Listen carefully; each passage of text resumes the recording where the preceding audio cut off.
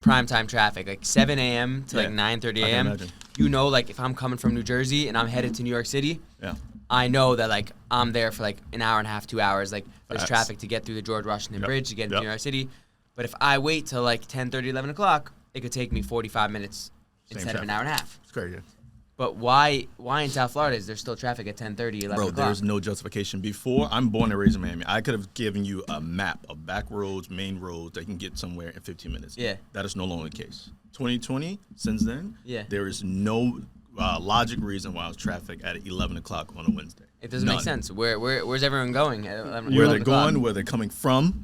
We got 24-hour strip clubs. So they're just people just all You'll be surprised. Times. Literally, it doesn't stop. I used to have like cutoff times. Like, okay, I'm not driving before 9 or after like 4. That's my cutoff. Yeah. But it's out the window now. Nah, there's no logic. No window now? There's no logic. Yeah. My theory is we need wider roads. Because in some places you got like 5-6 lanes, and then in like I think Dade County 95, what is it, like 3 or 4 lanes? That's not enough. We need more lanes. No.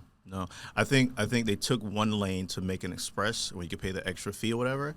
But I don't care what it is. I pay it. Yeah, no, that's the point. I think we have more of those options and weed out people who don't want to pay, and you just pay and say, okay, I'll pay monthly to take the highway or whatever. But you know what I don't like? When you pay to take it and then you get over there and that's where the traffic's at. Yeah. And then the free lane is freaking clear.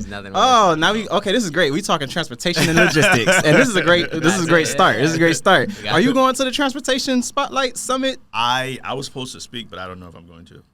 More the reason to go. You gotta go. Yeah, I gotta go now. I gotta go. I reschedule. Is it the end of? What is it? Next month. I think it's the end of next month. The end of the month. That's when. Are you going to Canada? Yeah. Oh, so I'll be. I'm sitting next to you in the panel. No, that's right. Oh yeah, we gotta talk about that. We gotta talk about Canada. In Canada, Toronto. What is it?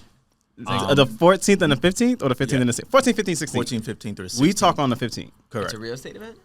Yeah, Realtor Quest. It's the biggest. You're right there. International real estate events.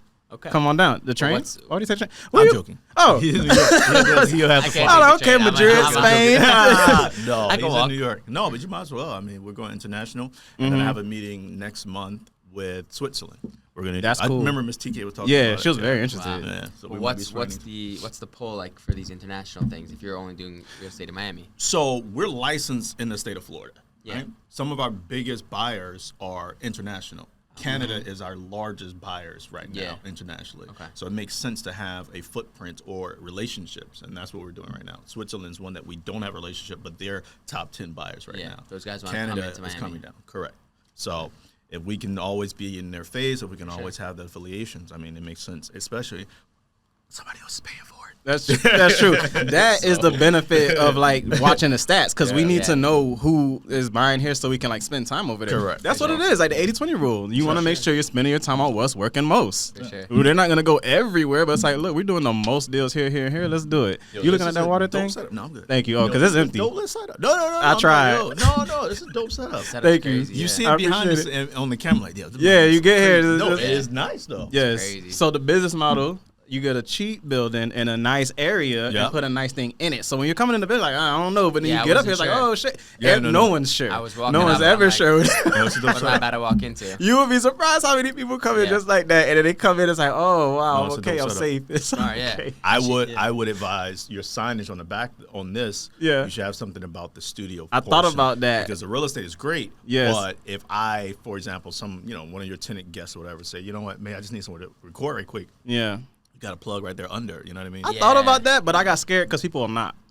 Then what? It's a if you know situation. Because like you in here recording, on people knocking, you know, messed up the flow. That's fair, yeah. True, if but you know. It's better than having a sign that says we got cash. I'm not going to do it. I can see that. I can see that. Just a studio. Yeah. But, hey, listen, I think it's a great setup, Brody. I'm gonna do that. I just like the Batcave feeling of it. You know, like you don't know, you have no idea this is going on here. You're like, whoa. No one knows what goes on in this room right here. No one knows. Yeah, well, I'm glad Dura's here because, bro, we got a lot to talk about. We did like a mini like share our problems with each other situation here, like our pain points. For me, it's all I'm learning organization, and I think you're one of the most organized people I know. Like as far as your like consistency and like, what's your process? You wake up at 4 and look at stats. You want to record this, or you? We've been recording this whole time. Oh, okay. That was but this is this is how this happens. This is real.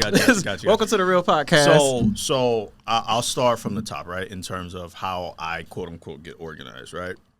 It's organized chaos, right? Okay. It's nothing where I can say, okay, here's a planner that I do all of this. I know what I have to do. Yeah. I know what I want to do, and I know what my goal is, right? So, for example, I'm on a bunch of chats with him and a bunch of other licensed professionals. So every day, similar to what I do on LinkedIn, I post something that I read or something that I researched and I wanted to share with people. There's a method behind that madness, right? I know, yeah. So as I'm starting to figure out the social world, right, in terms of digital, website, newsletters and all that good jazz, I wanted to test it first, see what people really liked about it, what they didn't like about it. And from what I gather, everybody liked it. Yeah. So what I always done since I was probably 20, don't ask me what that number is from now to then, Gabe. But the point is, from then, I would always wake up at 4 a.m. and I ran track. Yeah. When I ran track, it was more about understanding my body, right? Diet, timing, foot placement, all that good stuff. Yeah. So now, when I did it in real estate, it's just data driven. What do I want to learn, and then how do I express that when I have a mutual conversation with somebody in that same field? Yeah. So I'm more so, when I provide that information, it's more so like an external diary to myself, to people. Yeah. Right. This is the data that I believe is important. Yeah. This Here's is what how I I feel believe about the it. trends are. Yeah. And that's what I think better serve you if you want to buy and sell or acquire in this industry. So that's what I do it for. But to answer your question, how I stay so organized, bro, it's just crazy. What they call it, crazy chaos. It's organized chaos. That's organized reassuring. chaos. That makes me That's feel it. better because, it's like I'm still trying to gather. I'm all over the place. I have the structure, but I'm all. So it's nice to know that you still never fully 1,000%. You should never be pleased with yourself. Never, yeah. Thank you. That's If you're comfortable, even a butterfly at some point knows. no. I'm like, Comfort I'm sorry. Let me take off this kills jacket. dreams, right? Yeah. Take off my That's it. jacket. Oh, That's Lord. it. No, Once brother. you get comfortable, like that's when you stunt your growth. Correct. And you're Correct. only going downhill from there. The Make brain sure is you just like a still- muscle, just like when you work out, Yeah. right? If you don't stress your sure. brain, Still if you don't stress crispy. your muscle, then you're not growing. So Yeah. no, I would say, bro, don't take it hard on yourself because you're not where you want to be. Trust me, I have internal, struggles with my own personal life, and thank you. People say, "Oh, you're so this," and I don't take none of that to the head. Yeah. I'm very humble about it, but just keep trying, bro. That's all I would say. That's how I keep it going. Heard it from the man himself. I'm nobody. That's bro. why- That's that's Billy why Taylor we're right here. there. I call him Nobody. Billy. Call him Billy. He don't really like it. Call him Billy. I'm nobody, Brody. That's I good. appreciate it. So let me tell you the backstory where that came Yeah. from. So remember I told you I'm trying to focus. If it doesn't make sense or lead generate or nothing, I'm not doing it. Yeah. So I'm on the phones now. Every day I make 30 calls a day. Yep. But with that, I'm starting to get different paint, you know what I'm saying? So people are starting they'll cuss you out. Yeah. One person said, "Go fuck yourself." You know what I'm saying? I just want to know if you want to sell a house. You know what I'm saying? So I'm not used to that. I'm used to I make content, I do what I want, and everyone's happy. So it's just a different world where people are like, "Yo, you're so full of shit." You don't know what the fuck you're talking about. I know exactly what I'm talking about. I'm just trying to tell. So If I can give you one advice that my aunt, who was a relatively successful developer back in the day, make yourself the most uncomfortable you can every day. Okay. And everything else will take care of itself. So what I used to do in high school, I used to chase girls. yeah. I'm excited to hear this. Okay. So and I don't mean now. I'm like, No, I get it. I'm No, on I know. another Yeah, team. no, I get the point. I'm not Yeah. on another team. I'm on Yeah. the same team we probably on. I get that. I get that. Okay? Yeah. Hey, we here. I get right here, brother. I hear you. Okay. Hey, that went crazy. I hear you. What I'm saying is, what I used to do in high school, and if I'm feeling risque, I do it now. But Yeah. go to the mall or Yeah. go wherever you go and talk to the opposite sex. Mm-hmm. That uncomfortability will make your real estate dreams and goals the easiest thing you ever in life. Because there's a goal when you're approaching someone you don't know. Mm-hmm. Same thing with the phone call about real estate. There's still something you're trying to get out of that deal. Yeah. But the more you're more uncomfortable with it, the more rejection, it doesn't feel that bad. What's the worst that person can do is tell you go Wow. F yourself? But Yeah. the girl in front of you, she's in front of you. Yeah. And there's a goal there. If you're rejected, you're rejected, and the day is done. That's such an interesting it, point. bro. So let me tell you how I started. In high school with my friends, I'm new to hanging out with guys. So we would just have days where we would just all right, we're gonna go to the mall today. We're gonna go to Walmart was a hot spot. Yep. We're gonna go to Walmart, wherever, and then we would just be like, all right, who can meet the most people? We gonna come back. Your phone book is the scoreboard, right? Yeah, In the most appropriate way, of course. Yeah. So Respectful. this is where I'm learning dialogues and trial and error. So I would have the same line. Start with a compliment, and then I will see how that worked, and I'll try the same thing. And then, okay, if it didn't work twice back to back, let's change it. Let's say this now, and that worked. and it works over here. And like, oh, this keeps working. So I apply that to real estate. Yeah. When I make my phone calls, I'm gonna say one thing and then measure and then adapt. You can't say the different things every time. You gotta measure. Yeah, of course. So it just applied, and then when I got into real estate, I had a strong start because I just had that. I don't care. You already don't. We're already not together. You're not my client now. Yep. So it's okay if you choose to continue to not be my client. Correct. Yeah. So it's just you just go for it, and I never would have a plan. It's just I just know that I'm gonna try, see how it goes, and measure. Yeah. So I guess I'm trying to recreate that now, having stopped after a while, because I got married early in my career. Yep. So then it's like you kind of don't want to do that. Not that I'm still talking to women, but just like you lost the hustle. Yeah, you lost the hustle. You just now I'm just like, well, let's just build on that, But you can't never let go of that. Hunt kind of. Let me ask you, Gabe, from a lender's perspective, how do you approach different clients? Because on our side, we're trying to sell something. Yeah. Essentially, you're trying to sell from a commercial lending space.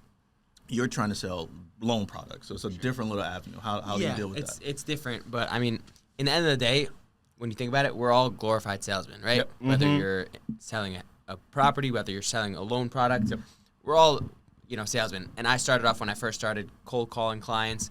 And I was, utilizing like the same approach. Like I would say the same things, and you realize that you got to go on the fly first of all. Yep. Mm-hmm. Every person will respond differently. So if you understand a little bit about the person you're going to speak to and what they like, that's obviously easier for them to get to know you, build the trust. No one's going to say, oh yeah, like I'll take your $20 million because you called me. Yeah. No, they got to get to know you. They got to build it, and nothing happens on the first call. Rarely ever on the first call. They got to develop that relationship. But essentially, I'm selling it to them, right? But these guys, they need financing, right? Whether your mortgage is coming up and you need financing, or you have a property you wanna do development, you need financing. So essentially, the same thing. I'm selling it to them. I have the capital. We're based in New York City. We have our own capital. Yep. We have capital from other partners. We have lenders, banks, debt funds who we work with as well. So we are confident that we have the opportunity to get you the best financing on the market, right? We don't want to just, say, oh, we'll charge you, 15%, and then your project's never going to work out because you can't build a property when you're charging 15% on an interest rate. The goal is to help the client, right? Obviously, we want to give them money, and that's going to help them, but we want to get to them at the most competitive rate and help them, whether it's build the best property they could or refinance, fix up a property. But it's all understanding their goals. Obviously, every scenario is different, and obviously that's what I'm learning. Just 2 years into it so far. Yep. It's all relationships. It's all getting to know them, building trust, liking each other, building a relationship, Absolutely. And then down the line, they'll call you up when they have a need. I'm now getting benefits from people that I called last year, and who said, "Oh, at the time, I'm not interested, or I don't care, or I have nothing to give you." Yep. But then you keep following up, you keep staying on top of mind. Something pops up, and they call you up. Yo, Gabe, like, I have my loan's coming up, or I'm thinking about doing this development. Like, I know you called me like last year. We've been in touch back and forth. Like, could you help me out? Yeah, no, I get it. That makes sense. That makes sense. I don't think real estate is any different than any business. Yeah. Right. There's a margin. There's a margin that a buyer wants. There's a margin that a seller wants to pay. No difference when you go to Walmart, Target. There's a margin that this soap is this much. Last year was this much. Yeah. Now let me check online. It's the same principle. So now we are the online salesman. We have to figure out that margin that each side wants to stay with. You just make the numbers work. So at the end of the day, we're just matchmakers. We're, like you say, glorified salesmen. Yeah. But I think real estate is that ultimate drive that you can always gain equity from it, no matter what the play is, whether it's commercial, residential, luxury, whatever. It's just making sure you understand both sides' margins. That's so I really believe that real estate is the most pure form of entrepreneurship, because once you get your license, there's so many avenues. Like I was doing BPOs for a little bit, rentals. Like it's just sky's the limit. So when you're doing your calls or any type of just outreach, it's all about identifying what's your value. Like, that's what I had to figure out. Like, okay, what am I going to offer these people when they're interested? Yeah. So for me, it was a for sale by owner help kit or a highest price analysis. Like, I just had different products. These are things I made up in my head. Like, it doesn't exist, but I'm going to put something together and put for sale by owner help kit on top of it. So it's just, how do you pitch it? So then it became like, okay, I need to just get them to like me, get them interested in that, and then I can just follow up with something different each time. Like, every time I'm talking to you, there's a different product I'm going to make up and offer you based on what you say your problem is. And I realized that's business. So with this podcast studio, it was like, everyone's doing podcasts, and my thing is like, if everyone's mining for gold, start selling shovels. So this is my shovel. I see. So it's like, everyone wants to make a podcast. Why make a podcast and try to compete? Let's make a place for them to come. You know, so in real estate, how can we apply that? So this is my new niche. Yep. Everyone, investor-wise, their problem is they want to scale. They want to move faster, find deals, and get offers out quicker. So that's what I'm offering you. I'm doing 30 calls a day. So when I have a deal, I'm going to call you before I try to, because the sellers, they don't want to list it, but they want to sell it. Yeah. I can negotiate a commission. So here's an off market. It's like it all just comes together. So I'm still figuring it out, and I'm still trying to focus. Yeah. Because it's really easy to get distracted by someone saying, I want a restaurant. And I'm like, I can help you get a restaurant. But then it's like, but what about the main goal, the multifamily? I'm really trying to focus. Yeah, that's kind of what I'm think seeing the thing that I don't know, that I value the most that I do is execution. Yes. Right? I'm not a good social media person. I'm not a good, let's go hang out happy hour every Wednesday. I'm not that guy. But if you tell me there's something that needs to be done, I will execute it. And I think that's the key that not necessarily makes me different and make me better. It is. I'm just saying, just advice I would give anyone. Yeah. Be a master of execution.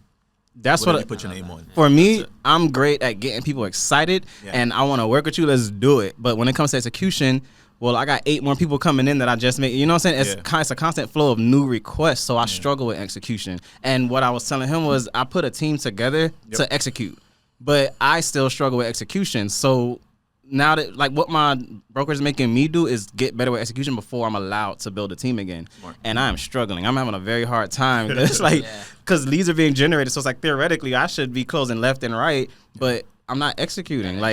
It's taking me hours and days and weeks to get people back there at analytics, and it's because I'm stuck trying to make 30 calls and then What do you think from a lender perspective? Yeah, I mean, right now, especially with the LinkedIn, things are kind of flowing in more that I can handle, and it's about focusing on the couple deals that I know I could execute and getting those done instead of trying to do 30 different deals at the same time and maybe getting one done, but then leaving 29 guys to dry. Who's most ready is what you're looking for. Yeah, but it's also if I'm saying yes to 20 guys and I'm only going to end up closing with 2 of them, that's leaving me with a bad taste with 18 guys who are going to they're not going to come back to me. That is my problem. They're not going to refer me to other people. Referrals are everything. So if you could execute and just hone in on a couple guys and actually execute for them, obviously you'll make money and you'll make them happy and they'll come back to you with their own deals.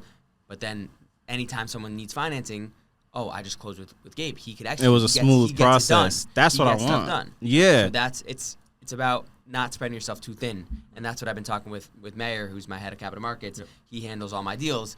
And, I've been sending him all these deals. And he's like, we got to cut out the deals from the jump that are just not worth our time. Cut them out. Don't say yes. If you want to send it to me and talk it out for a couple minutes, and I'll tell you this is not working. And then we cut it. And that's it. And we focus on the ones that we could get done.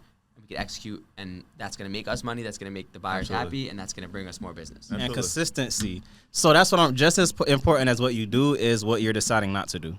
Yeah, that's what I'm hearing here. Okay, so me growing up, because I was really to myself all my time. So any problem I had to solve, I would just find a book to solve it. So is there a book you found that helped you with consistency and execution? I mean, if we want to go on the Easter weekend, I would say the Bible. The Bible is one of the greatest life tools you ever get your hands on. Now, there are help me books, there are business-based books, but if you want something that is of substance and something that has been proven, I mean, we're not going to, religious here. No, not at all. You got somebody that this is your process. Rose from the dead, right? Yeah. No man has done that before. A man to able to walk on water, no one has ever done it. Even in the social media world, you can even recreate that now, right? Right. So I would say the Bible, bro, just, hone into that and what it means to you.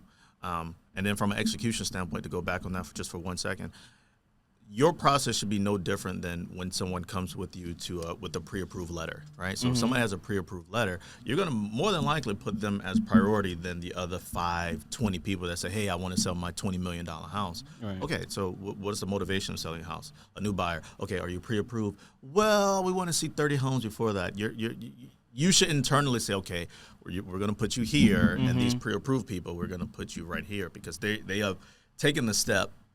And then if they signed your buyer's agreement and they took the extra step, if they supported you all the supporting documents from tax returns, identification, all that fun stuff, W-2s, 1099s, they provided all that to you, bro. Those are your execution day ones. Everybody else are in the pipe. Great. maybe reach out to them once a week. Maybe, hey, I give you a call. You have somebody on your team. Just massage them a little bit. But I don't really move until pre-approval and the buyer's agreement. Okay. That's it. It shows the mutual of commitment. The mutual I see that because what's been happening to me is like I have this one guy. He has 7 houses he wants to sell, but he also wants me to go fuck myself. So can do both. So I'm still like hell bent. Like I gotta get these 7. He didn't say stop calling me. Yeah. So I'm just like that is my top priority. Like get him to like me because I'm like this isn't right. He doesn't get it. He thinks I don't know what I'm doing. I know exactly what I'm doing. These numbers are solid. He's mad because he agreed to let me send him the valuation, but it's 7 properties. The best way I knew to present the valuation of 7 properties so it makes sense was a spreadsheet. I made a spreadsheet. Here's a rental income. He hated. He says, I've never seen that done in 15 years. You don't know what the F you're doing. What did he want, though? He wanted a PDF? He wants to sell his 7 houses. No, I understand. But in terms of the presentation, did he have a specification? I don't know. No, he did it, and that's what throws me off. And that's when I text you, like something's wrong here, because I'm like, I'm doing what I think is right, but he thinks it all started when he says he wanted to sell his 7 homes to give his daughter the money. I said, I don't know, man. Inheritance tax, it may be better because he said she's not gonna like manage the 7 houses. So I'm like, it may be better to just sell them. We'll turn 31 into a well-performing, well-managed building. He's like, I don't want to. They want to sell it, and then it was over from there. So I'm like, I gave too much information too fast, and it just threw me into a mental glitch. So I have to fight out of it to get back on my consistency. So I'm glad we're doing this because this is a nice reset. Like a nice reset to like, you're not crazy, you're okay, you're doing the right thing. Not everyone's gonna work with you, but just focus on who wants to work with you. They did the part. I think real estate is like a farmer. Right? It is. You plant as many seeds as you want. Yes. You can't control the soil. You can't control the sunlight. You can't control the season. You plant those seeds, and something's going to either harvest or something's going to rotten. And that, gentleman, shouldn't deter you. If you made one deal, I don't care how many years you had your license, you made one deal, you're successful in real estate. Now, success is objective, right? What do you feel is real estate? What do you feel is real estate? Some people say $1 billion. Some people say $200,000 a year. Yeah. So I would never say because someone told you to go, do yourself, that that means you are now incompetent in your ability, that you passed the state board, right? You took the classes. I taught the class. Extra step and got your broker license. Yeah. So those steps already should prove to you know what you're doing. He just has a preference of what he wants. Right. And I would say have that conversation when you meet someone, right? You have a little understanding of what they like. So I even take it a step further. I do LinkedIn if I know they have a LinkedIn profile, Instagram, whatever. And whatever they post, generally speaking, give you an idea of what they like, what they're into, right? If they're neuroscientists, if they're working at Burger King, those 2 different demographics to give you an idea of what you should present to them of how to retrieve that information. That's true. I realize I need blinders. Like, ever been to the horse races and they put those things on the horse? That's what I need because, like, every day I'll be doing something very consistently and then I'll see, like, but that's working for him. I got to try that. So I need to because then I'll stop doing this and I'm doing that. And then nothing really ever gets done because I'm consistently changing the program. So it's like if making calls works and sending text works and social media works, what's working most is what I need to. Best, So this is good. This is good. I feel like going back to that conversation with your client. Yeah. I feel like even if you speak logically sometimes, a lot of the times I don't hear people. It's not what they're looking for. It's with emotions, right? He's feeling with emotions. He's emotionally attached to whatever his homes, or he's emotionally attached to the fact that he wants to give his daughter the money right away, or he doesn't trust that she'll manage any real estate. So you got to think about their emotions and where they're coming from. Sometimes you saying the most logical answer still won't sit well with them. Yeah, what I realized is my problem was I should have asked questions instead of giving suggestions. Yeah. So sometimes it's about I need to learn to just listen. You gotta ask and listen. Ask questions. Ask the logical questions. So going to the cold calling topic, right? So I always try to say initially what the call is about. Right. This is a cold call. My name's Duriel Taylor. I work for blah, blah, blah. I'm calling in regards to your property. This is a cold call, just to be fully transparent with you, but I can help you, blah, blah, blah. Yeah. I would say 50% of the time I get hung up on. However, it's the same principle of vetting them, pre-approval, going back to that, right? If they know it's a cold call and they stay on the phone, I have them. Yeah. Point blank period. They hang up, they click. However, I'll still jot their name and number down that they answered the call. Hey, John. Yeah. Hey, Gabe. Are you interested in selling houses? This is a cold call. F off. Boom. Yeah, no problem. That was Gabe. Moving on, yeah. No, it's me. Yeah. That was Gabe. That number works. Yeah. Save it. If it's blue, he iPhone. Yeah. Okay, that went through. He's under 50. Got it. I like that, yeah. So now we're jotting all this information down. Right, And then maybe 2 weeks, 3 weeks on a Wednesday. I always call on Wednesdays. I think Wednesday is the key day. Wednesday or Thursday. You don't call every day? No. You don't, because you do other stuff that works. So going to your statement as far as, you have blinders, you want to, hone in your focus, skills. Yeah. Look at yourself as a basketball player. Yeah. Steph Curry is a master at 3-point shooting. Yeah. He probably could dunk, but he'll probably dunk 4 times. He doesn't need to, yeah. Find your lane and master that. That's my lane. That's the only thing I can tell you. Master what you love and just multiply it. Teach I people love on your this team, content thing. and that's it. Yeah. That's, do it. Yes. Do Yeah. it. It's just because I'm in a reset. It's just because you just gotta realize when you're in a reset and like don't let it catch you and take you too long. Cause for me, I've been like, when did I text you? 2 weeks ago? Yeah, something like that. Bro, 2 weeks ago I've been dealing with this guy's been living rent free. Let me tell you my story. I was a avid cold caller early in my career. I was doing well, listing. I called this one guy with $1 million house, and then he told me I sound arrogant and obnoxious, and I turned him off. And then we got the listing. Yep. But he said he'd work with my broker because my broker was also a cold caller. We both cold called him. He said, I work with him, but you leave me the hell alone. I never cold called after that. So coming here and it's like, what works best? I'm like, well, I mean, I do get business from calls, so I'm making myself do it. So I was going strong. And then this happens. So it's like, I'm realizing I care too much what people think. Yeah. I got to let that go. Yeah.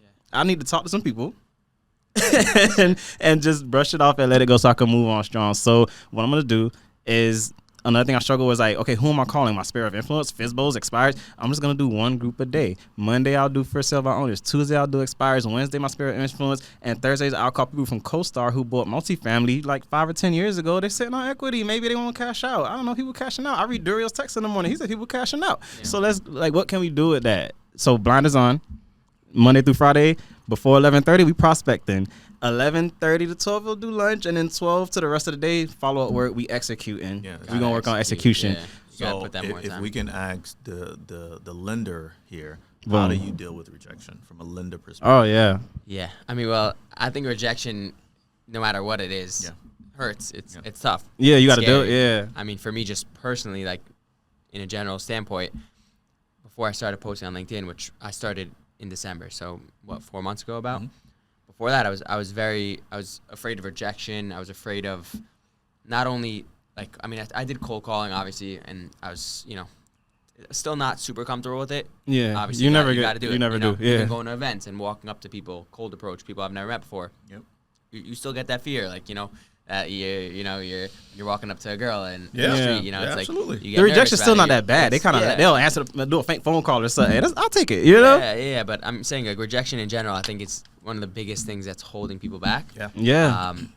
Well, from doing anything, and also caring what people think. Same with content. In regards to rejection, like, look, I mean, it's the same thing. Like, people shut you down. I call a developer. You need a loan. Can I help you with financing for this? No, we got someone, or no, we're not into it. So they're okay. Like, at the end of the day, it is what it is. You move on. Yep. He didn't mean anything to me before the call. He means nothing to me after the call. We don't know what each other look like. Exactly. Yeah. It's over. Like, you can't get caught up on it. You can't get hung up on it. Yep. And that's what I'm starting to grow with and feeling much more comfortable, especially now that I've been posting every day on LinkedIn. When I committed to posting every day, now I'm posting pictures. I'm posting videos now, and you can't care what other people think. No. Yeah. You can't care about, this post, I'm worried, like, it's going to be a flop. Okay, it is what it is. You post another one. You can't hit it all, but you got to shoot your shots, right? There you go. That's it. Yeah. That's it. That's the mindset I'm having. Just the shoot greatest shooter in the world, right, of all time, Steph Curry. Yeah. Right? I like Steph Curry. I want a Steph Curry jersey. Yeah, go ahead. 30% of his shots he makes. Yeah. Okay? Historically, of his 15-plus year career, 30%. So that means when he takes 10 shots, he's only making 3. Bro. Right? You're, no offense, but we're nowhere near as a master in our craft. Not even close. So if you make 10 calls and one person answers and one person meets you, that's still 10%. So in my opinion, when it comes to what people think, so what? Yeah. My goal is billion, not to worry about what John or Kevin, what was the guy who said F off? I don't know if I can say it. He got several properties. If guy, ex guy, whatever he said, it should be irrelevant to the same person that scrolled through your Instagram and said, man, why is Caleb posting about BPOs today? Yeah. Why is this guy? So what? Yeah. You know what I mean? Sure. Well, that's what they always say. Like the Instagram trolls, the social media trolls, like those guys are sitting in their grandma's basement and on the couch all day, and they have nothing better to do. That's true. And the only thing that they get benefit out of is hating on someone else who's actually doing something, and it's because they're not doing what you're doing. Absolutely. And that's it. And you're the one doing it. That's so true. You're getting stuff done, and that's it. And I realize that's the name of the game. Like with content, Coco, anything, the thing that makes you great or sets you apart is just the willingness to do what a lot of people aren't. A lot of people will not sit on camera. So just your willingness to sit on camera, they look up to like, wow, like I wish I could do that. So you already jumped, 99% of people just from putting your face on the camera. Yeah. That's it. From me putting out my posts, I'm now ahead. And I was worried about, what people back at home would say, people in other industries, friends, family. And, that first couple of months, like, people make comments, oh, I see you posting on LinkedIn, that post is so stupid, what are you talking about? Mm-hmm. And they start going, and then they start looking up, oh, wow, I see you're getting so much traction now, like, you're getting deals done. Like now. You're getting stuff done, like, maybe I should do it now. And be like, get in on this. 4 months ago, you were laughing at me, telling me I was stupid, and now, 4 months later, you're like, maybe I should hop on the wave. Compounding interest. It's just something that we all know we should be doing. It's free marketing. It's not that difficult. And we're just afraid of, what other people think of us. Yeah. What made you start waking up at 4 and looking at market stats? Like, what was that idea behind? Like I said, I used to run track, so that was the key time where I would wake up and go. You were just already up. And work, right? Mm-hmm. And then my subconscious mind just kept that going. Like you gotta read something. My body just automatically just toss and turn. I say, oh shoot, it's 4, and then I can't go back to sleep. And then my internal goals for myself, I would never disclose, but my internal goals in myself won't allow me to sleep. I have insomnia, right? I'll probably go to bed at 12, 2 o'clock, 3 o'clock, and 4:30, I'm up. I get that. And then in terms of the market stats, it's always been there. I read it, I'll digest it, what I think it interprets, and then I just of recently, probably the last 2 years, wanted to share it. I was always hesitant because I said, oh man, who the hell am I? I'm this guy from Miami, I'm not an MIT grad, blah, blah, blah. But I said, you know what? Worst case can happen. I get a sponsorship. Shout out iPhone. Yeah. I get a client that said, you know what? I like that you post about data centers, and I'm hoping we'll talk about data centers. He's on top of it. Yeah. We got that coming soon. Thank you, sir. So to answer your question, bro, it's just more about making myself vulnerable. I've never been that guy to want to be vulnerable. I would love to be in the back of the room, be the guy that's wearing the toe-up pants, toe-up shoes, and not even worry about what everybody else is thinking or wearing. But I got $100 million in the trunk, right? Okay, yeah. That's been my internal thought. Yeah. So to answer your question, just goals, just goal-driven with the a purpose behind it. There's definitely a method behind the madness, but I do it every day. I only post Monday through Friday though. But I get that. Yeah, I know. The weekend as well. By the way, a good idea I just thought of. If you're waking up at 4 a.m. every morning, Roman Williams? Yep. He does that post that he wakes up at 4 a.m. Maybe you should do something like that. I mean, if you want the exclusive, exclusive? I do. So I'm going to start a podcast. Hell yeah. Probably not this year, but I'm going to start a podcast. It's going to be 4 a.m. Okay. 4 a.m. podcast. Oh. I like it. Yeah. But that's why if you start doing on LinkedIn like what Roman does, people will know you as the guy who's getting up at 4 a.m. So then when you come out in a year or two with the 4 a.m. podcast, you already got a couple thousand people that see every day. He's the 4 a.m. guy. That's cool. You could like drop it live. There you go. I love it. So it separates, right? So in our industry, in Florida in particular, we have 250,000 licensed realtors. Yeah. Right. So we all can sell, we all can help trade, we all can rent, whatever. How do you make yourself different? And I'm not trying to be different, the special different guy, but I've never liked social media because I'm not a follower. I think that's stupid. I think you're that's a contributor. The wrong category for what you want to be influenced by someone. Right? Yeah. I did a post the other day. If I can influence myself, I'm the best. The world will follow. Yeah, that's the way I look at it. For sure. For me with social media, I was on it so much as consuming, constantly on YouTube, watching all the podcasts, Breakfast Club, Drink Champs, all of it. Yeah. And I was like, I'm sitting here consuming. I need to start contributing. So that's literally what drove me to make my content. Yeah. I was like, smart. I'm looking things up, real estate related, and I can't find an answer. So I'm like, let me make the answer. I'm going to find the answer and put it out there. Yeah. So that's finding my own. So it's great that you don't like consuming content because you're meant to be a contributor. You're meant to produce content. Like that's your lane. You're either a leader or a follower. Yeah, bro. And like you start at 4 a.m. and then like it's gonna trickle down. You'll have your reels out by 10. You'll have your reshares going on by 4. Like it's all gonna work. That is gonna work for you. You're for the 4 a.m. podcast. You're only gonna get people who are up at 4 a.m. That's it.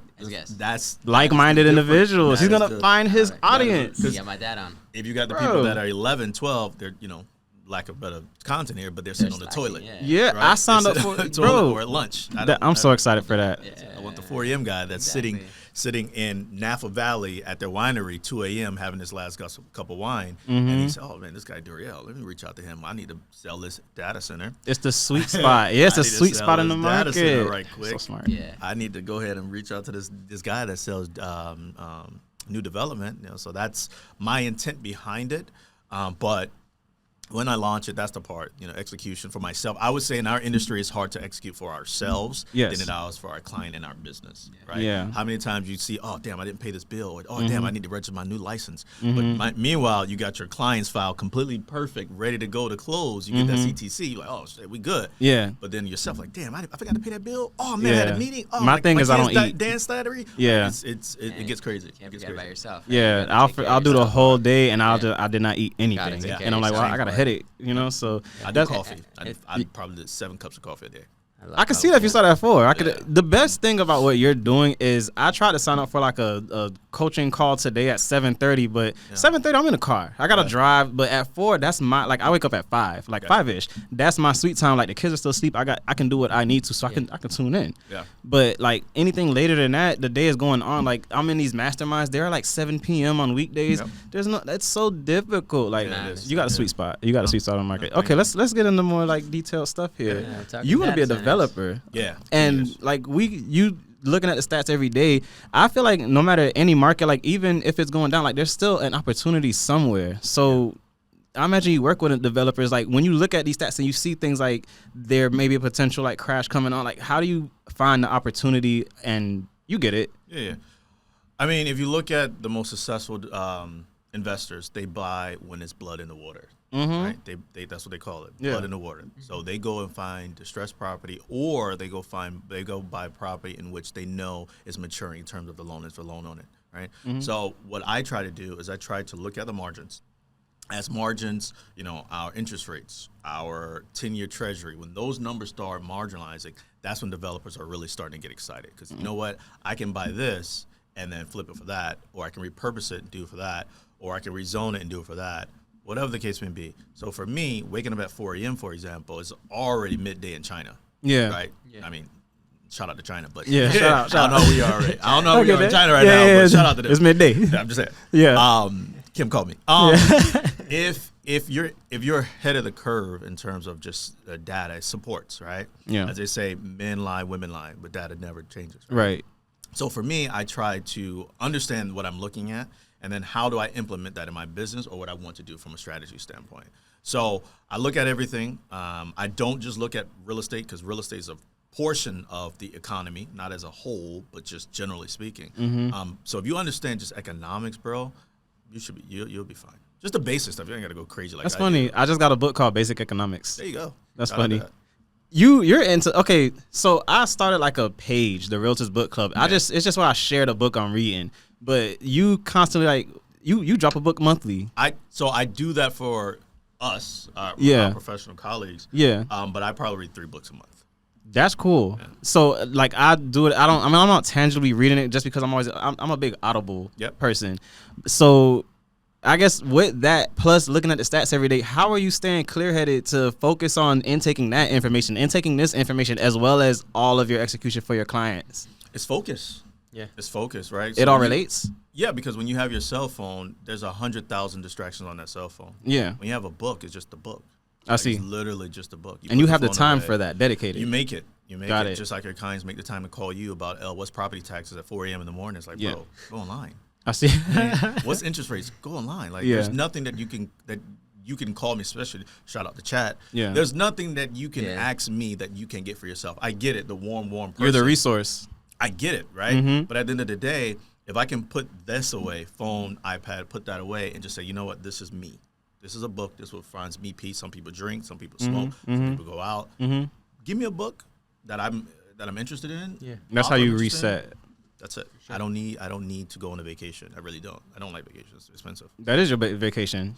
Reading a book. I just started actually The Art of Making a Deal by Donald Trump. Yep.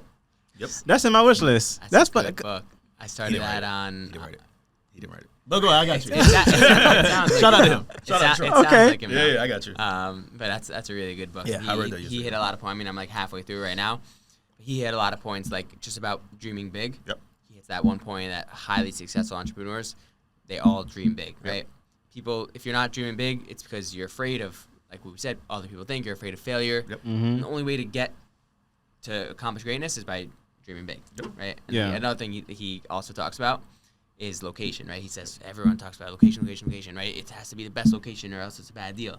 He's like, no, sometimes it might not be the best location, but if it's a great property, you could make the location better. That's true. Yeah, very That's true. So especially with high rises, right? You don't think high rises for the most part want to be waterfront, right? There's plenty of locations in downtown Miami that's not waterfront, but guess what?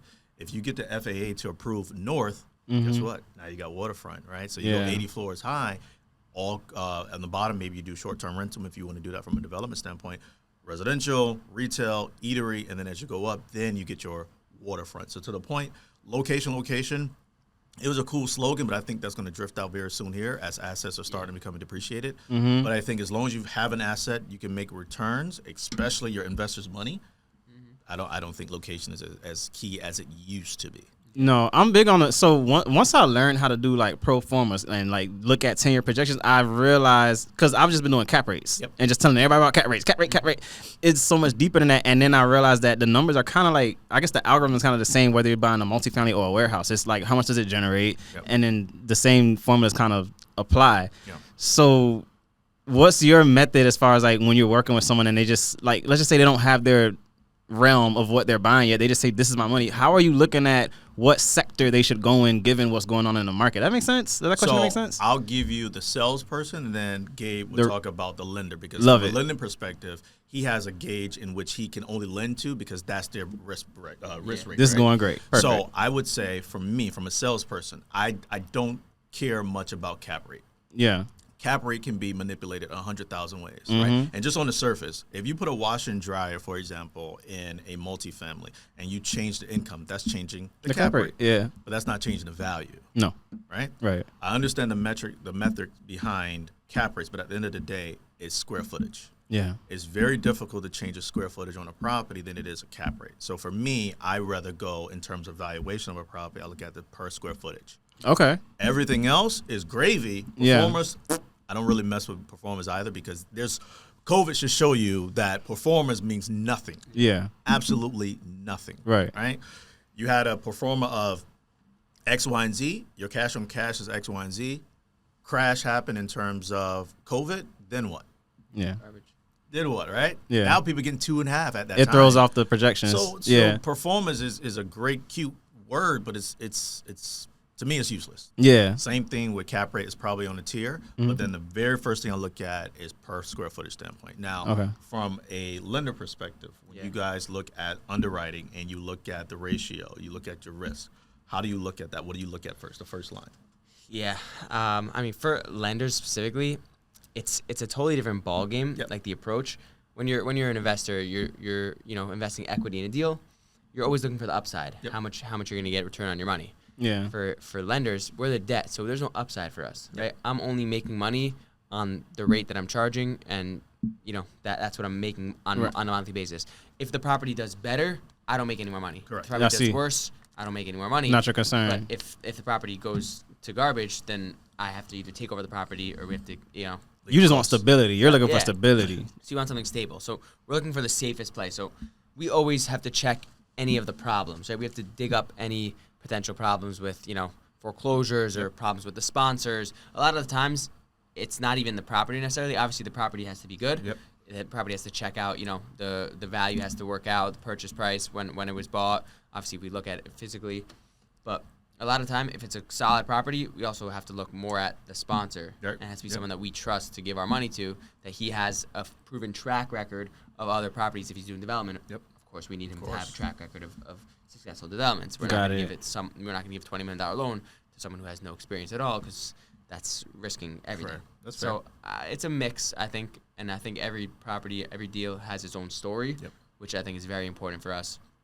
And it's just mitigating the risk, really, which is the lender perspective is it's an interesting perspective. It's not as exciting and flashy. I get so it. we're always looking at mitigating the risk, looking at any potential problems that could come up, and making sure that there aren't any, and that we're not going to end up, coming up with a property in 2 years down the line that we don't want. I see. So it sounds like it's a lot about how the deal is presented to the lender. Yeah, which is important. So when we act as a broker and we're doing deals through, our banks or debt funds, and we're just a broker in between, we have to understand the story as best as possible from the sponsor. Basically, we're going to sell the story to, let's say, the bank. Let's say I'm doing a deal down in Miami. I'm going to do it with, a local bank in Miami. Yeah. I need to know the story as best as possible to sell it to that bank. Oh, this property was bought, 10 years ago from, an auction or some crazy story, and they put a lot of work, and they ramped it up. They bumped the value up, double, and some cool parts about the story and any potential red flags, and you got to be able to sell it as best as possible to those lenders. So that's the biggest thing I'm realizing, because earlier in my career, I was strictly just doing residential, but now, since I've mostly been working with investors on income properties, I recently crossed over from 4 units to like 5 units and more, and now I got a guy who's working on like 30-something units, and so it's different because when you're doing like the regular 4 units and under, single families, the condos, you just give the lender the address, and they're like, all right, got you, we could do it. But now they want you to tell them a story. Like, all right, well, send me the numbers. You got to actually have that whole analysis broken down and then send it to the lender with a whole storyline, and here's the plan, here's what we're going to do. It's just interesting. Yeah, that's the difference of the commercial game. And apparently, like, the person getting the loan comes into play not so much as on their credit, like, per se, just like, well, what have they done? Like, are they expensive? Do they know what they're doing? They're the operator. Literally. Yeah, because the property can make sense, but if the person is like a brand new person, they're like, I don't know. Yeah. It's just. We've had a lot of problems that, like, especially like with my clientele, I've been dealing with a lot of younger guys, and a lot of them who it's their first property or second property, and they don't have a proven track record. So banks, lenders, agencies have a hard time giving you money if you don't have a proven track record. Yeah. You're signing on a loan and you've never acquired a property before, and you want to go and buy a 30 unit property in Cleveland. Yep. Like, you haven't done anything. So why would I trust you with my money? So what I've realized in this last year, I've gotten a good amount of calls from people that just $1 million fell in their lap. I had a person, like, it's so interesting. I had this guy. Yeah, I have this one person. He was just saying, look, I've just been working at this job for so long. I have this savings. It's just sitting there. I need to invest it. So how do you deal with new investors that come your way, given that the banks are looking at the person as well as the deal? So for me, let's just stick to like something decent, like a 4 unit, 2 unit, 3 unit. What's your process for that? So first of all, you want to vet the money, right? Where did it come from? Because if they're getting a loan, the lender's going to have the same question. So when you have a great relationship with the lender, try to understand what they're looking at so you can look at it through the lens so you don't waste your time. Yeah. So $1 million, I'm sorry, I don't know about you guys, but the Taylor household, I've never had $1 million drop in my lap. Yeah. No, I get it. There's questions of how that dropped in someone's lap. That's the first one. But then you had a couple $100,000 in well, it's so interesting. Story. You'll be surprised. Yeah, you'll be surprised. You'll be surprised. But to the point, I would say vet where they got the money from, understand that, and then understand from a lender perspective what they're going to look for, right? So they're going to want, if it's a full doc, right, you can do some QM stuff where you don't need doc. But then you look at the asset, what they want. Understanding their investment goals, right? Because every investor, I want cash flow, I want 1%. That's not true. Yeah. Understand what their investment goals are and then cater around what they have and then what your lender is going to guideline and require. And then you should be able to facilitate that deal. Okay.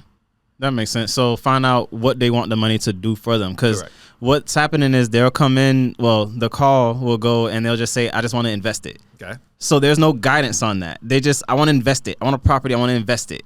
So I guess they just look to you as that expert to tell them, here's what we're gonna do. Yeah. Bro, and don't overthink the process. I overthink. You can, but there's a method to how you should think, right? Same thing in resi. Somebody say, hey, Khalil, your auntie comes to you. I want to buy a property. The first thing comes to your mind, should come to your mind is like, are you pre-approved? Yeah. Right? Same principle commercial, right? Okay. So the next question should be if somebody comes to you, I have $1 million, what do you want to do with that?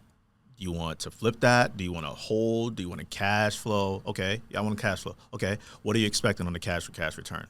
2%. Okay. What area? Okay. So now you're asking the questions, but you're actually pre-screening them for your lender. You know what's funny? I have not been doing that.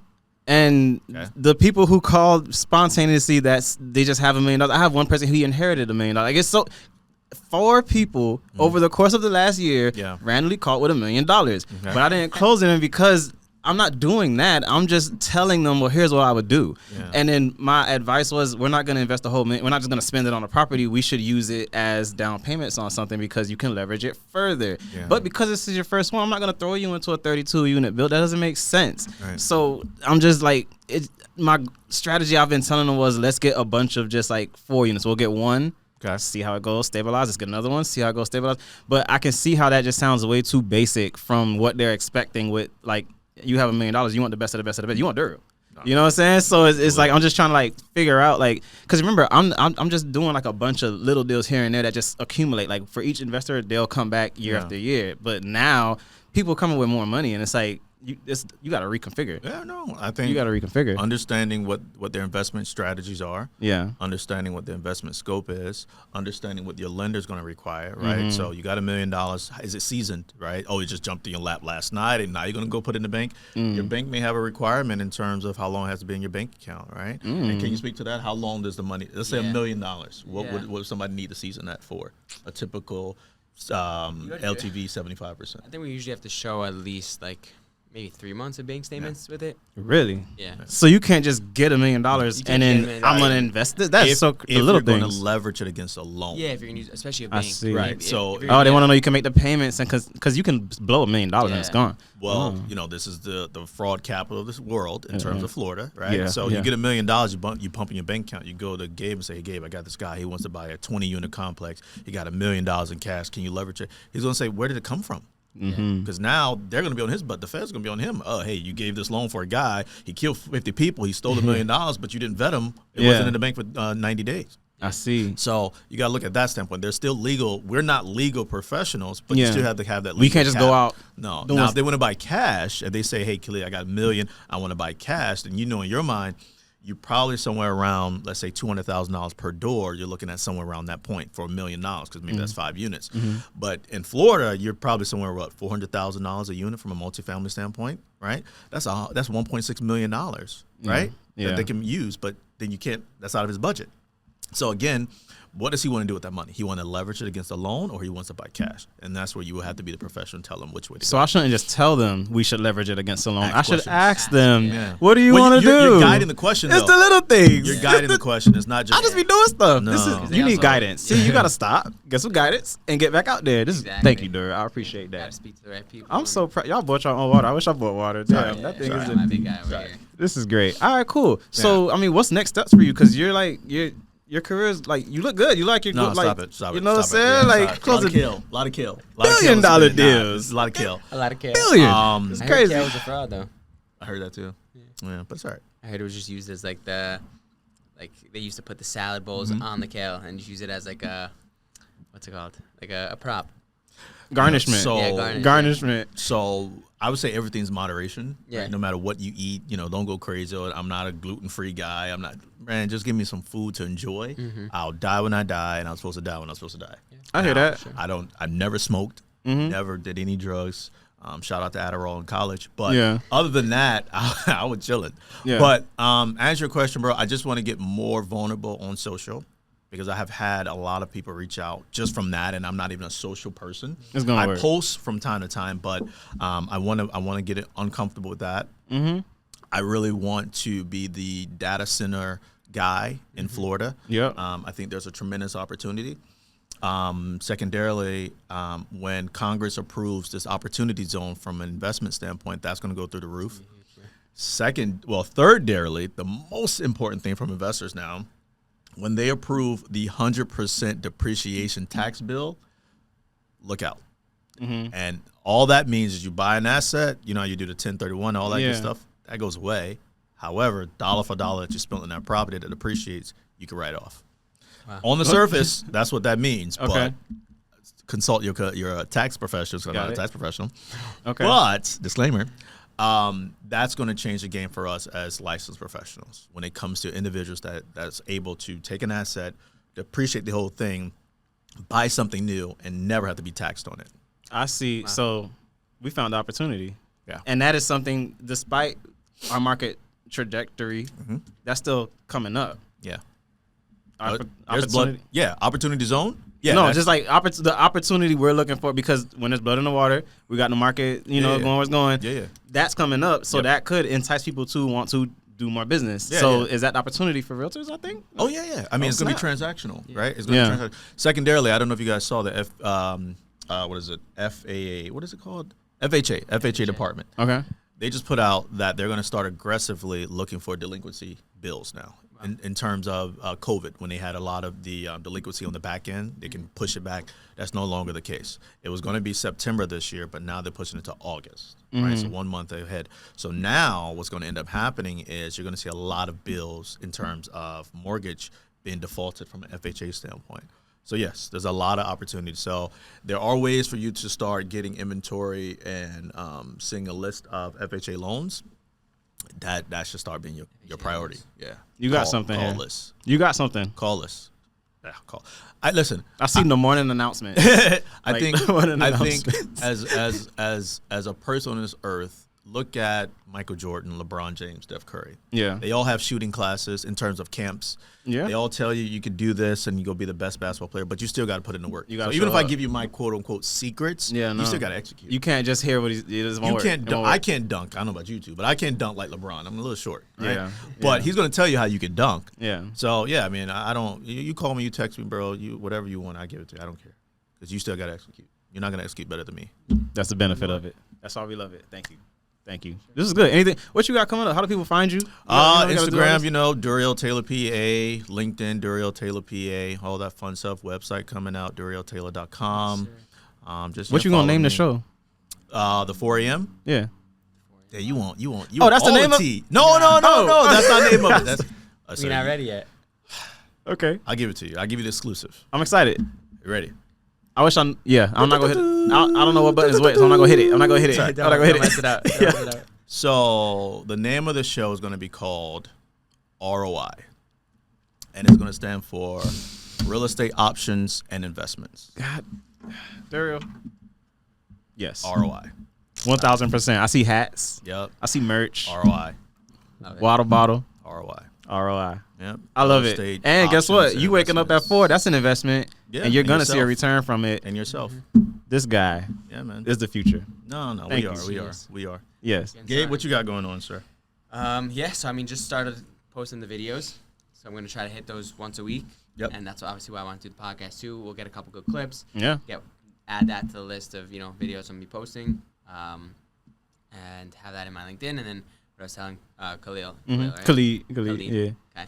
I want to start doing a podcast too, which is going to be me being the younger guy in the room. Yep. I get guests, more experienced veterans like you, get other guys that I've connected with on LinkedIn, get them for 30 minutes, 40 minutes, an hour, whatever it is. And the whole basis of the conversation is me asking you about your experience, how you got to where you are today, what you would tell your younger self, what you would tell me as someone just starting. Yep. And that what I was telling Khalid is that my goal, I'm going to be learning from you. Yep. But then it's going to target all the people who are in my position, younger, just getting started, and they're going to be getting advice also. Nice. Right? So that's how this works. It's just me getting advice from veterans, from experienced guys, and then giving that advice over to everyone. Gotcha. Bro. Beautiful. Bald and the beautiful. It is. Have you seen School of Hard Knocks on YouTube? Yeah. Bro, that's going to work because I just see like a taste of that, but with a real estate twist on it. Real estate focus. That is going to work. And then you're global too. You travel. Exactly. And then have that on YouTube, LinkedIn, maybe Spotify too, as an actual podcast. I want to have the video. Yep. Like that's why I like that we have the video here. That's why I made sure. Yeah. Because the video you could clip it. Obviously, if you do. Oh yeah, I got you. I'm gonna collaborate. If you do just audio, like it's harder. You could upload it to like Spotify podcast, but you still get to. That's the beauty of this. Yeah, but if you had the video too, then you can put that on all social media platforms.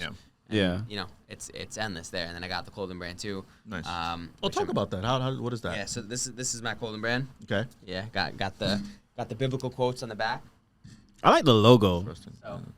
Proverbs 3:5. Because like the logo makes you think of money too. Like because I think like an oil rig. Like it's just so much. Like it's what is the name of the praise? Is the name of the brand? Prays. Gotcha. Praise. So it's like a spin on like go pray. Yep. And the whole goal is that we're doing different biblical quotes on the back of the shirts.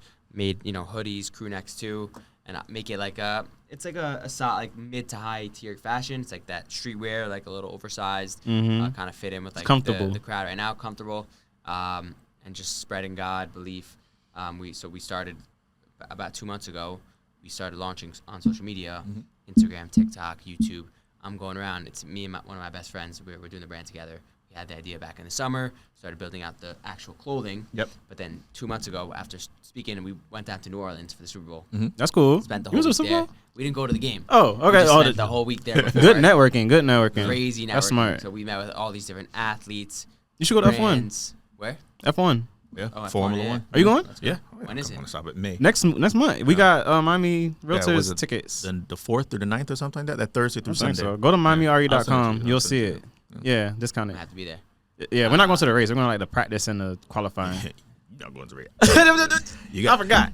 I forgot. Sunday of Formula One is the Super Bowl of Formula One. So Thursday, and it's a hefty price. It is. Yeah.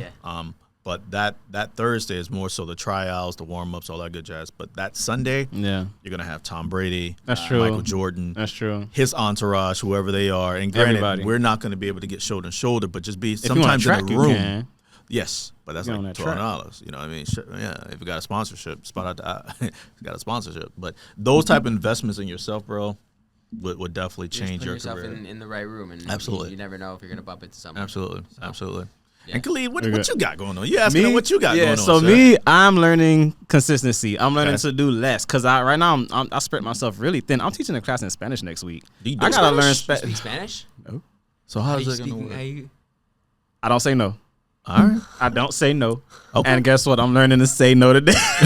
I'm gonna do it though. I got Duolingo, and we're gonna make it work. I heard there's like software that could I speak English and it'll translate. Video in that class. It's recorded. Tune in. I'm gonna send you the link because we are eager about that together. Wow. But yeah, so my journey right now is just consistency and execution. Okay. Because like lead generation, I feel like okay, we got it. I know what I'm doing, but now I'm trying to find the like consistency to lead generate and execute. Yeah. That's just where I'm at. I'm a student of that, and I'm not doing anything but learning to execute better. So I'm taking on clients, and we're going to execute them faster and faster, and I'm tracking. You should see my board. Like, my board is crazy. Like, it's the time I met people and everything. Yeah. So we're tracking, and I'm just getting consistent. Now, if we can go back, I don't know. Are you guys in a rush? No. We're here for you. Let's do it. No, we're for everybody. So let me ask you this in terms of lead generation. Yeah. Now, so you asked me, what I do and all that stuff. What is your success rate, right? Yeah. Without giving percentage, and if you don't want to give your secret sauce, that's fine. But what do you feel is working for you from a lead generation standpoint? So when I do things and track it, I realize the most success comes from when I put out content and make calls in my database. Yeah. These are people just in my phone book that I just collected your number and never talked to you. And I'm finding that in this database, I have investors I met over the years, buyers I met over the years, sellers, people that I sold houses to, they want to sell it again.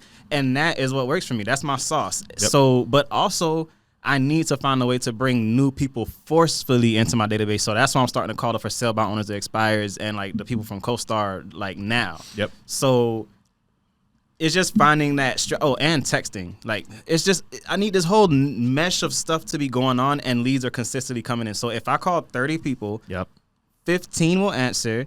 I will have maybe 5 actual meaningful conversations, and 3 leads or opportunities will come from that. And that's systemized. So every day I make 30 calls to get 3 leads a day. And that is what I'm doing. That's 1%. So I'm focusing on that. Keep it consistent, get 3 leads a day, and execute. Gotcha. And out of those 3, what would you say close, give or take? On high right now, none of them, because I'm not executing. I see. Like, if you look at my opportunities, I have like 20 buyers that have they're ready to come in for appointments. Yeah. I have 9 buyers that have done appointments and they're ready to go. Yeah. Listings, I have 9 listing potentials.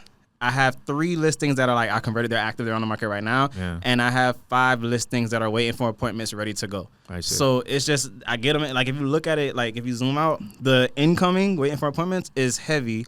The people who already booked appointments, okay, but then the after appointments is follow-up meeting. Yeah. So because it's I told him I had a team, I got rid of the team, and it's just me. Before, I would generate and pass it on. I got you. For execution. Yeah. So I'm just trying to convert now, because this is a scale back season. I got you know what makes sense? Yeah, no, I hear you.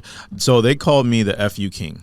And what that means is the follow-up king. Yeah, I'm going to follow the hell up. Like, I don't care what you think of me. But if you answer the call and we had a meaningful conversation, I will follow up. And I hope I have the ability to connect with people from a personality standpoint, right? So I can be as serious as it comes, but I also can be a huge jokester if I want to be. Not disrespectfully, but if I see something on TV and we just talked about hockey, I'm going to send you a clip of two people fighting hockey just to connect that dots further. Yeah. So I would say, follow up for sure, because you don't want to let the people down that you already have a warm connection with versus the people you're trying to make warm connections with. Those are going to be your higher connections, especially if they took the time to set the appointment and meet with you. Yeah. I would say that is your higher success rate versus the 50 that said, you know what, nah, we good. Nah, don't call me, don't text me. You're worth my time. Yeah. But those 10 to 12, whatever, I would say those should be your lead every day to call and see what they're doing. Honestly, and right now, I only follow up on Fridays. Because I want to dedicate most of my time to generating and the least amount of time to converting. But this is something I need to fix. Like, this is a new season. It's a very interesting season. Exactly. And once a week is not enough. No. So I need a lead gen time, lead follow-up time, and a work on the follow-up task time. Yeah. You got to have, like, at least every other day. Every other day. Every other day. If you do every other day and you have a list of your 10, 15 guys that you got to follow. Every other day. Yeah. I lead generate. Yeah. I follow up the next day. I lead generate. I follow. Damn, that's good. I'm going to try that. Yeah.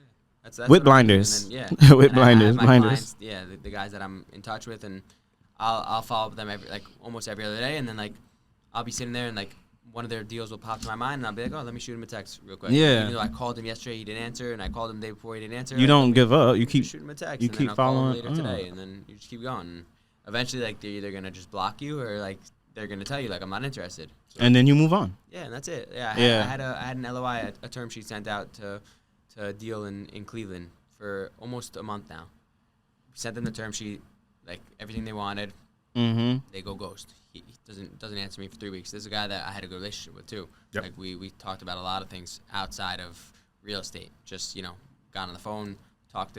You don't. He could just be like scared or something. Like maybe the market stats are just. You never know. You just gotta keep trying. 3 weeks, and I keep texting, keep calling, and then you hit him with the, is the deal dead? Or are you not interested anymore? Just let me know. Like no hard feelings. Like if you don't want to move. Yeah, forward, like I'm not trying to waste. Let me know. They don't like that saying no. They don't like to sound like they're quitting. So after 3 weeks of me sending a text every day and calling every day, finally I got like a massive text yesterday, like basically saying like, yeah, like we're not interested in moving forward. Like we decided we're gonna go with a different lender. Like no hard feelings. We appreciate all the work. Like, but you at least got that response. You just told me like 3 weeks ago that like you were also considering another lender, and like man, I go with me, and that's it.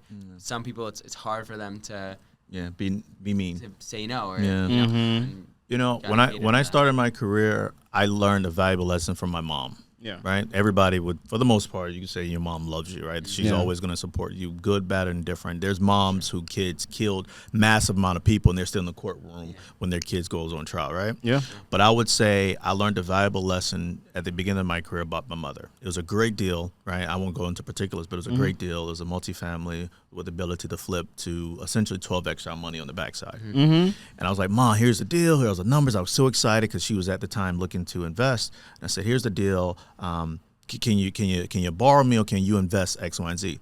She said no, like flat out no. And she said, son, I love you. I'll do anything for you, but you never done this before. This was the beginning of my career. And it set me back to think, you know what? She's right.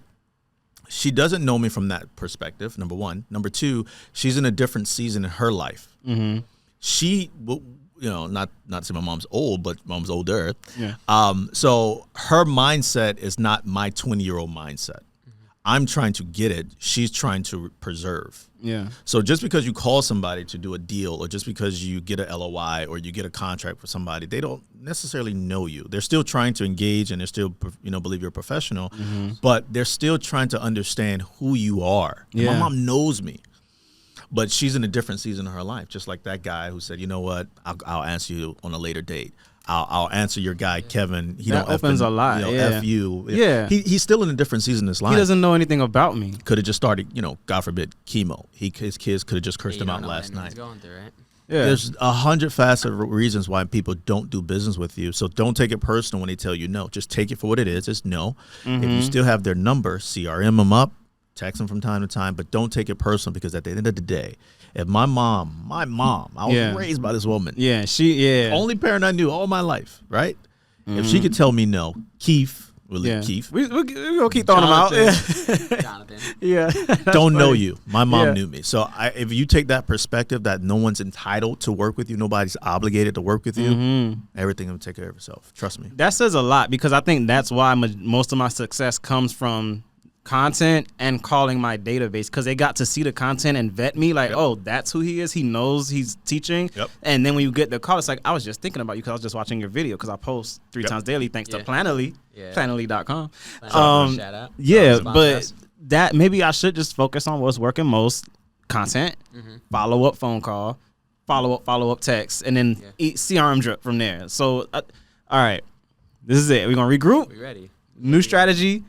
Execution focus. Thank you, Dario. Execution, that just makes so much sense, because you just hear everybody saying, no, Legion is the name of the game, but that's something I do naturally. Execution is not something I do naturally. And they won't let me put a team together, which is what I want to do. So I am not good at executing, so I need someone good at executing on my team. That's the business model. But I can't if I'm not going to be good at it. Yeah, don't mean to cut you off. No, it's okay. If you can't lead yourself, how can you lead others? You just complain and just be like, yo, that's my point.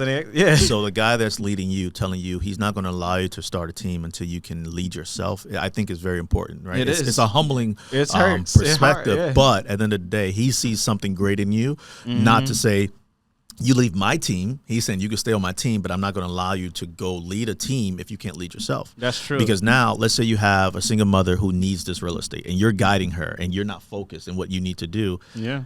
God forbid, but you might lead her down the wrong path. That she needs this. That she puts everything in her basket. She saw your videos. She thinks you're great. She knows you're great. But you can't lead her properly. Now you're part of her failure. That's true. Humbly speaking. That's true, because other people's lives are playing with. I would say focus on Khalid day one. Yeah. Start building that, and then once you find a level of, you know what, I got this, everything else will fall in place. I'm excited. This is a rebrand. Yeah, man. This is a rebrand. You got to reinvent yourself, and just like, every now and then you're going to like have that momentum and things are going great, and you got to like, for me, it's like things are going great. I had my best year and I just hit a plateau. Like, okay, we need to get better. I can't get better. This is it. Like, why? I want to get past this. I had to scale back. I had to fill in the voids. I tried to skip parts and just build a team under like my problems, and then it's going to work for a little bit, but soon you're going to realize you can't get like to true greatness until you solve your own problems within yourself. And that is the name of this game. Thank you, Dario. No, shout out to you, man. You got this. You got this. I had a question, actually. Go for it. I was thinking of some new content. So while I'm down in Florida, I always like to talk about, Florida markets. Welcome. So I guess we could go, both you guys, what are your 3 favorite markets in Florida? As far as like types of properties? Just general, 3 favorite markets. What are, things that stand out about them? I see what you're saying. So for me, this area, like this Fort Lauderdale 33311, this is but just the area. Whenever I find a property and run comps, there's something in that neighborhood that was just like torn down and rebuilt. Yeah. So there's a lot of redevelopment here. Yep. I really like the Lehigh Acres, Lee County. They are leading the way in new development. If you go years ago, I went to Lehigh Acres. There was like plots of land, 10,000 square feet for $10,000, $12,000. Now, 10,000 square feet, 15,000, 20,000, and it's just like it's probably gonna be higher than that because every time you go, there's more and more houses filled in, and you can buy an entire block in Lehigh Acres. So, and it's west, like 2 hours west, still South Florida. You could go to the beach. And then my third, I'm gonna say. This isn't like an area, but these malls, these really big malls that are just empty, like Galleria right there. Yep. Yeah.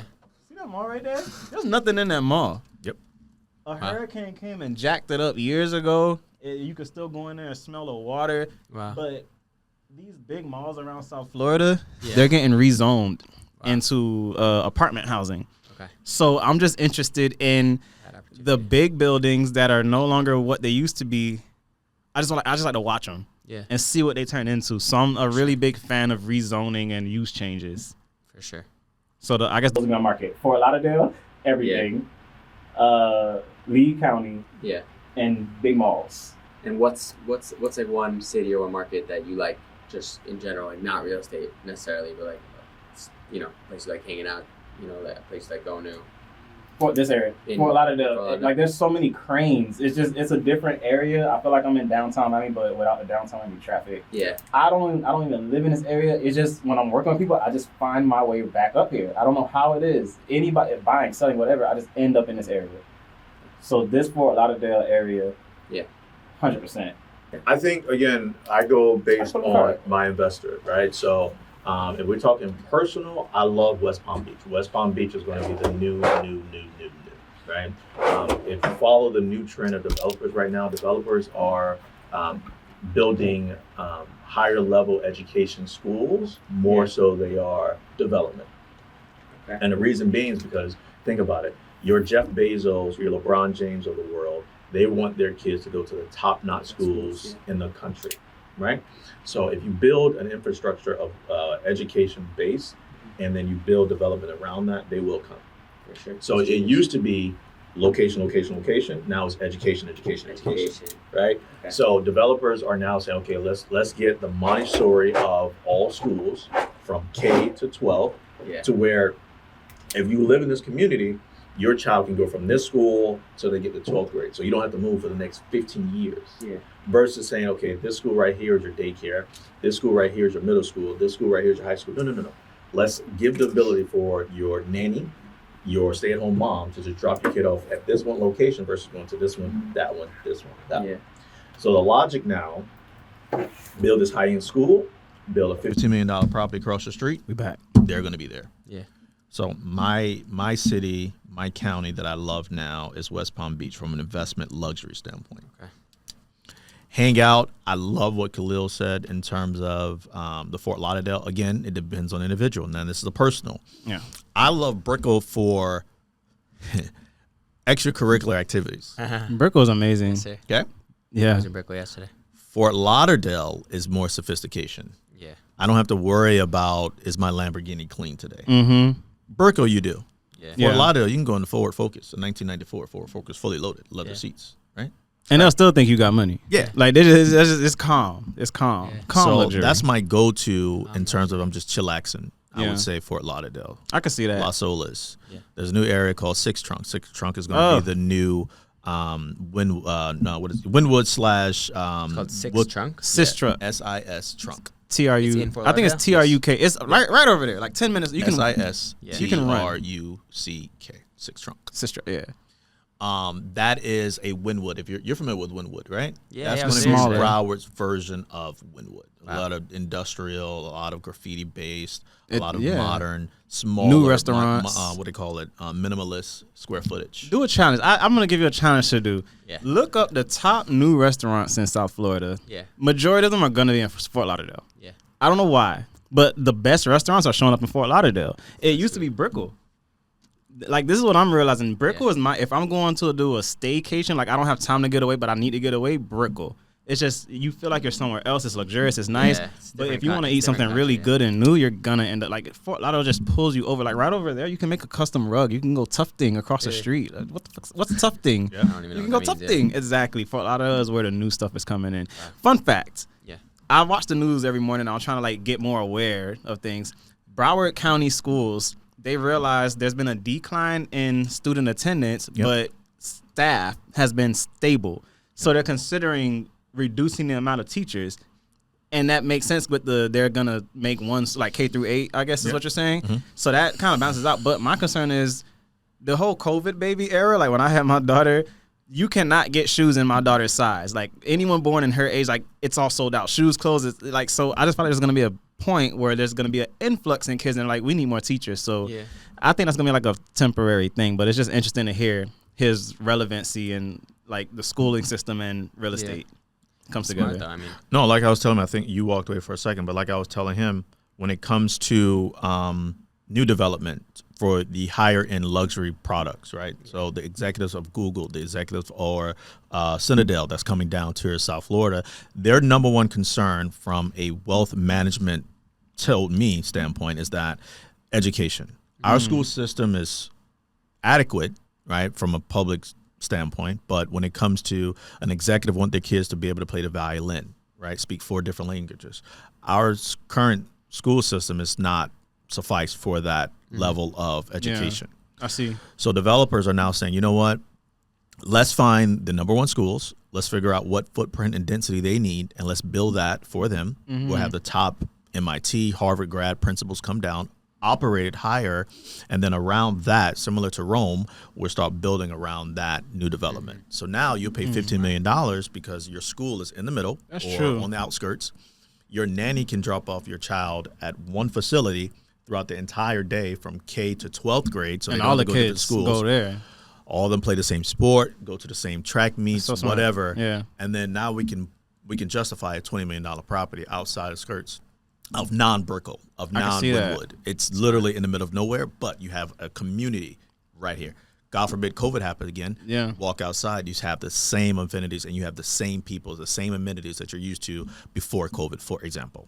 That makes perfect sense. So that's what developers are doing now. Cooper City. Correct. Cooper City is known for their schools. So, and in Cooper, like Pembroke Pines area, Broward County. It's not far. Yeah. But I had, like, early in my career, one of my biggest listings was a house in Cooper City. Yeah. I did an open house and got another listing in Cooper City, and I realized doing those open houses how crazy people were about Cooper City. Yeah. Like, parents would just come in like, this house is in Cooper City. Yeah. Like, they got to get into the schools. Like, people will break down the door for a Cooper City house because of the schools they get access to. So it just relates to what you're saying. Well, because it's more square footage. You get more bang for your buck. In Cooper City Plantation, the houses are bigger, right? Yeah. Your density is larger, right? School zones are definitely better. But I would say you get more bang for your buck. Because remember, those are acreage homes, right? Yeah. They don't, for the most part, there's no association. Right, they're just acreage homes, and that's what the city of Cooper City is fighting right now. Is to the residents want to keep the acreage, not the estate. They want to keep the estates. Excuse me. They want to keep the estates, not a traditional quarter lot. They want to keep it 1 acre, 2 acres, 5 acres, whatever the case may be. They got horses over there. They got stables and horses. It's very interesting. Very interesting. It's a whole different type of crowd over there. We should do this again. I'd be honored to, bro. All right. Let's meet back in like a month, and then we'll see how everybody's doing. We're gonna be in before after Toronto. After Toronto. Let's do it after Toronto. I'm up for it. Perfect. This is gonna be great. I appreciate you guys. We got audio again. I went and switched the card so we can actually do a close. So, Daryl, I appreciate you. Thank you for having me. Truly appreciate you, Brody. Keep doing what you're doing, bro. Don't let anyone on this planet, kids, wife, mom, dad, anyone, I needed that. Shoot your dream, bro. Thank you. Go for your goal. You need that. Gabe, pleasure to meet you. Appreciate you. Handshake across the. There you go. Yes, sir. It was a pleasure. Love to meet a fellow student of the game. We're constantly learning. That's what it's all about. And you are too. Like I realized that. You up, you wake up, you study. So thank you one more time. Your contact. Yeah, Duriel Taylor PA, Instagram, LinkedIn, same thing. Call me, text me, 8 a.m., 8 p.m. You catch me Monday through Sunday. If you call me after that and it's 911, call 911 first, and then call me the next business day. I got you. That's fact. All right, Gabe, you got some contact info? Yeah. Get me on Gabe Einhorn LinkedIn. Okay. And actually starting YouTube also. Going to upload some videos on there. Love it. And then on Instagram, Praise Studios, Prays Love Studios. It. Okay. YouTube also, but it's Praise-Studios. We're on TikTok too. And we're just search Praise, Prays. You're going to show up. Exactly. Love it. This is the logo, so. Gotta love it. Wait, show them back. You gotta show them back. You gotta just put it on. We here. One more. Yeah. Okay. Yes, sir. Gotta love it. And I'm Big Business. Follow me at Big Business FL on Instagram, Facebook, and YouTube. That's it. TheInvestorPropertyGurus.com, theAVClubStudios.com. See us in Toronto. Yes, sir. Catch our stats class. Yeah. Yep. And I'm teaching a Section 8 class next week in Spanish. Boy, oh boy. We gonna figure it out. I gotta watch. Donde está? All right, we gonna close with that. Thank you. Be great.